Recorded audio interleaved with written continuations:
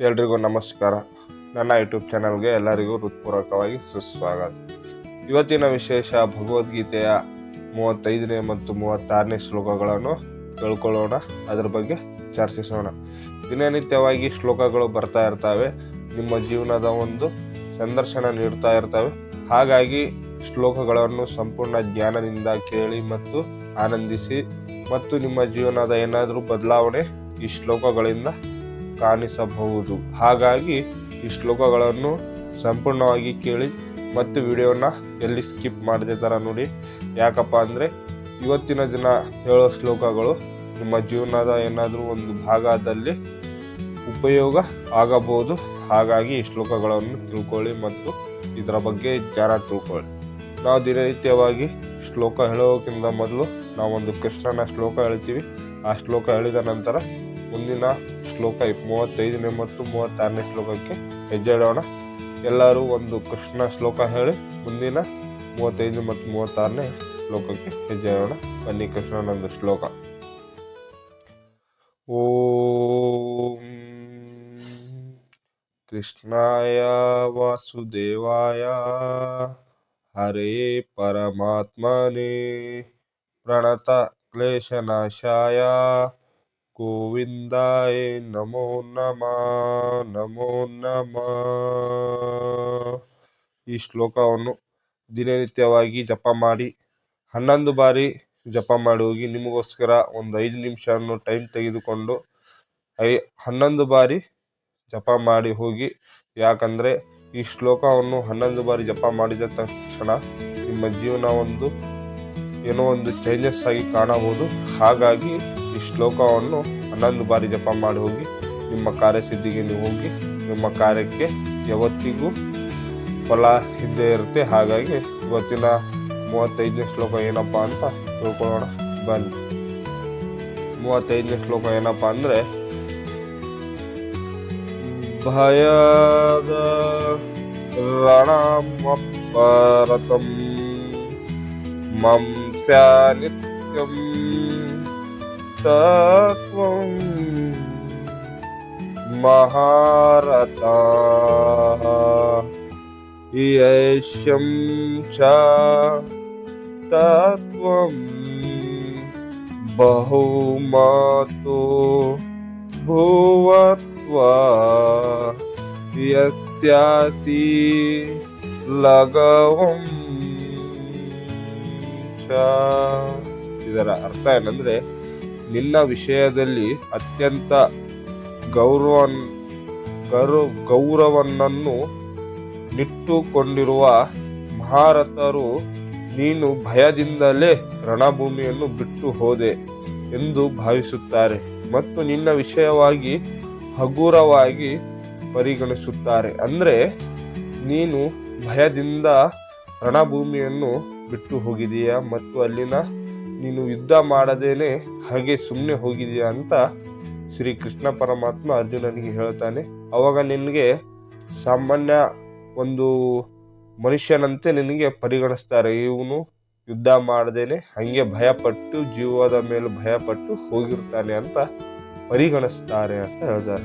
ಮತ್ತು ಇದರ ಸಂಪೂರ್ಣ ಅರ್ಥ ಏನಂದರೆ, ಶ್ರೀ ಕೃಷ್ಣನು ತನ್ನ ತೀರ್ಮಾನವನ್ನು ಮುಂದುವರಿಸಿ ಅರ್ಜುನನಿಗೆ ಹೇಗೆ ಹೇಳುತ್ತಾನೆ, ದುರ್ಯೋಧನ, ಕರ್ಣರಂತಹ ಮಹಾರಥರು ಇತರ ಸಮಕಾಲೀನರು ನೀನು ನಿನ್ನ ಸಹೋದರ ಮತ್ತು ತಾತನ ವಿಷಯದಲ್ಲಿ ಅನುಕಂಪಟ್ಟು ಯುದ್ಧ ಭೂಮಿಯನ್ನು ಬಿಟ್ಟು ಹೋದೆ ಎಂದು ಭಾವಿಸುತ್ತಾರೆ. ಅಂದರೆ ನೀನು ದುರ್ಯೋಧನ ಮತ್ತು ಕರ್ಣರಂತಹ ಮಹಾರಥರ ಅವರ ನೋಡಿ ಅನುಕಂಪದಿಂದ ನೀನು ರಣಭೂಮಿಯಿಂದ ಹೊರಗೆ ಹೋಗಿದೆಯಾ ಅಂತ ಹೇಳ್ತಾರೆ. ಮತ್ತು ಪ್ರಾಣ ಭಯದಿಂದ ನೀನು ಹೊರಟು ಹೋದೆ ಎಂದು ಯೋಚಿಸುತ್ತಾರೆ ಮತ್ತು ನಿನ್ನ ಅರ್ಹತೆ ಕುರಿತು ಆಗಿರುವ ಒಳ್ಳೆಯ ಅಭಿಪ್ರಾಯವು ಮಣ್ಣು ಪಾಲಾಗುತ್ತದೆ. ಅಂದರೆ ನೀನು ಭಯದಿಂದ ಭಯದಿಂದ ಬಿಟ್ಟು ಹೋಗಿರ್ತೀಯ ಅಂತ ಅವರಿಗೆ ಹೇಳ್ತಾರೆ. ಮತ್ತು ನೀನು ಅನುಕಂಪದಿಂದ ಮತ್ತು ನಿನ್ನ ಮೇಲಿರುವ ಅರ್ಹತೆ ಕುರಿತು ಒಳ್ಳೆ ಅಭಿಪ್ರಾಯವನ್ನು ಮಣ್ಣು ಪಾಲಾಗುತ್ತೆ. ಅಂದರೆ ಈಗ ನಾವು ಯಾವುದೋ ಒಂದು ಒಳ್ಳೆ ಮನುಷ್ಯನಿಗೆ ನೋಡ್ತೀವಿ, ಏನೋ ನಮಗೆ ಹೆಲ್ಪ್ ಮಾಡೋದಾಗ್ಲಿ, ಏನೋ ಒಂದು ನಮ್ಗೆ ಏನಾದ್ರೂ ಆಗಲಿ ಒಂದು ಹೆಲ್ಪ್ ಆಗಿರುತ್ತೆ, ಅವ್ರ ಕಡೆಯಿಂದ ಸಹಾಯ ಆಗಿರುತ್ತೆ. ಆ ಸಹಾಯವನ್ನು ನಾವು ತಗೊಂತೀವಿ. ತಗೊಂಡ ತಕ್ಷಣ ಅವರೆಲ್ಲೋ ಒಂದು ಸಣ್ಣ ತಪ್ಪು ಮಾಡಿಬಿಡ್ತಾರೆ. ನಾವು ಇಷ್ಟೆಲ್ಲ ಇಟ್ಟಿದ್ದು ಗೌರವನ ಅಲ್ಲೇ ಒಂದು 5 ನಿಮಿಷದಲ್ಲಿ ನಾಶ ಆಗೋಗುತ್ತೆ. ಅದೇ ರೀತಿ ನಾವು ಏನೋ ಒಂದು ಕೆಲಸ ಮಾಡೋದಕ್ಕಿಂತ ಮೊದಲು ಯೋಚನೆ ಮಾಡಬೇಕು, ಅದು ನಮ್ಮ ಕೈಲಿ ಆಗುತ್ತಾ ಇಲ್ವಾ. ನಾವು ಏನು ಯೋಚನೆ ಮಾಡದೆ ಹೋಗ್ತೀವಲ್ಲ, ಅಲ್ಲಿ ಹೋಗಿದ್ದ ಅಯ್ಯೋ ಏನಾಯಿತು ಏನಿಲ್ಲ ಅಂತ ತಿಳ್ಕೊಬಾರ್ದು. ಹೋಗಿದ ತಕ್ಷಣ ಅದು ಸಂಪೂರ್ಣ ಮುಗಿಸಿ ಮುಂದಿನ ಹೆಜ್ಜೆಗೆ ಇಡಬೇಕಂತ ಇದು ಒಂದು 35ನೇ ಶ್ಲೋಕದಲ್ಲಿ ನಮಗೆ ಸಂಪೂರ್ಣ ಜ್ಞಾನ ಹೇಳಿದ್ದಾರೆ. ಮತ್ತು 36ನೇ ಶ್ಲೋಕ ಏನಪ್ಪಾ ಅಂದ್ರೆ 36ನೇ ಶ್ಲೋಕ ಅವಾಚ್ಯ ವದಮ ಸಚ್ಚಿ ಬಹೋನ ವದಿಷ್ನಿತ್ಯ ಕಾವಿಹಿತ್ಯ ನಿಸ್ನತ್ವಸ್ತತ್ವದಂ ಸಾಮತ್ಯರಂ ತತ್ವಂ ದುಃಖತರಂ ನೂಕೇಮಃ. ಇದರ ಅರ್ಥ ಏನಂದ್ರೆ, ನಿನ್ನ ಶತ್ರುಗಳನ್ನು ನಿನ್ನ ವಿಷಯವಾಗಿ ಅವಾಚ್ಯ ಶಬ್ದಗಳನ್ನು ಆಪ್ತ ಶಬ್ದಗಳನ್ನು ಇಡುವರು, ನಿನ್ನ ಸಾಮರ್ಥ್ಯವನ್ನು ನಿಂದಿಸುವವರು. ನಿನಗೆ ಇದಕ್ಕಿಂತ ಹೆಚ್ಚು ದುಃಖಕರವಾಗಿದ್ದು ಏನೆಂಟು ಅಂದರೆ, ಅವರಿಗೆ ನೀನು ಯುದ್ಧದಿಂದ ಹೋದರೆ ನಿನ್ನ ಒಂದು ಸಾಮರ್ಥ್ಯವನ್ನು ನಿನ್ನನ್ನು ಔಷಧ ಮಾಡಿಕೊಡುತ್ತೆ. ಅಂದ್ರೆ ಔಷಧದಿಂದ ನೀ ಹಾಗಿದೆಯಾ ಹೀಗಿದೆಯಾ ಅಂತ ಔಷಧಗಳಿಂದ ಮಾತಾಡ್ತಾರೆ ಮತ್ತು ನಿಮ್ಮ ಸಾಮರ್ಥ್ಯಕ್ಕೆ ಕೈ ಹಾಕ್ತಾರೆ. ಏನಪ್ಪಾ ಅಂದ್ರೆ, ಇವನಿಂದ ಏನಾಗಲ್ಲ, ಇವನಿಂದ ಏನೂ ಇಲ್ಲ ಮತ್ತು ಏನೇನು ಸರಿಪಡಿಸ್ಕೊಳ್ಳೋಕೆ ಆಗಲ್ಲ ಅವರಿಗೆ ಅಂತ ಹೇಳ್ತಾರೆ.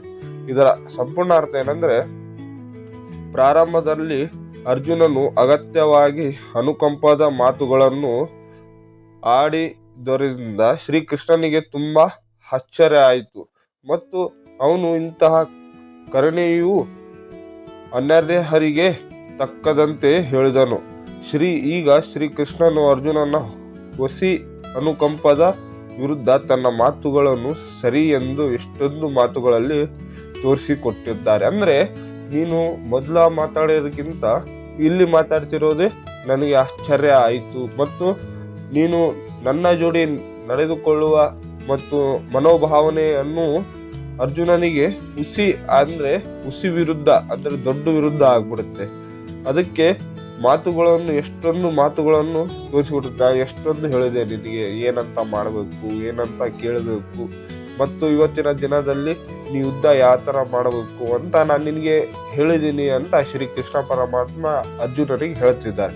ಮತ್ತು ಅವರಿಗೆ ಆಶ್ಚರ್ಯವಾಯಿತು, ಈ ಥರ ಯಾಕೆ ಮಾತಾಡ್ತಿದ್ದಾರೆ, ನಾ ಹೇಳ್ಕೊಟ್ಟಿದ್ದೇನು, ಇವ್ರು ಮಾಡ್ತಾ ಇರೋದೇನಂತ ಅವರಿಗೆ ಏನೋ ಒಂಥರ ಮನಸ್ಸಿಗೆ ನೋವಾದಂಗೆ ಆಯಿತು. ಮತ್ತು 37 ಮತ್ತು 38ನೇ ಶ್ಲೋಕವನ್ನು ನಾನು ಮುಂದಿನ ಸಂಚಿಕೆಯಲ್ಲಿ ಹೇಳ್ತೀನಿ.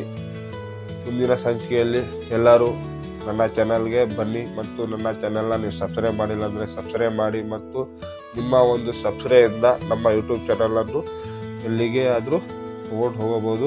ಇನ್ನಷ್ಟು ಜನಗಳಿಗೆ ನಮ್ಮ ಭಗವದ್ಗೀತೆಯ ಶ್ಲೋಕಗಳನ್ನು ತಿಳಿಸೋಣ ಮತ್ತು ಅದ್ರ ಬಗ್ಗೆ ಎಲ್ಲರಿಗೂ ಸಂದರ್ಶನವನ್ನು ಕೊಡೋಣ. ಮತ್ತು ಇವತ್ತಿನ ದಿನಗಳಲ್ಲಿ ಶ್ಲೋಕಗಳು ಕಮ್ಮಿ ಬರ್ತಾ ಇದ್ದಾವೆ, ಹಾಗಾಗಿ ನಾವು ಒಂದು ಶ್ಲೋಕಗಳನ್ನಾಗಿ ಸಂಪೂರ್ಣ ಜ್ಞಾನ ಎಲ್ಲರಿಗೂ ಕೊಡೋಣ ಮತ್ತು ನಮ್ಮ ಭಗವದ್ಗೀತೆಯ ಬಗ್ಗೆ ಏನಿದೆ ಮತ್ತು ನಮ್ಮ ಜೀವನ ಶೈಲಿ ಯಾವ ಥರ ರೂಪಿಸ್ಕೊಳ್ಬೇಕಂದ್ರೆ ನಾವು ಭಗವದ್ಗೀತೆಯನ್ನು ಪ್ರಾರಂಭ ಮಾಡಲೇಬೇಕು, ಅದರ ಬಗ್ಗೆ ತಿಳ್ಕೊಳ್ಳೇಬೇಕು.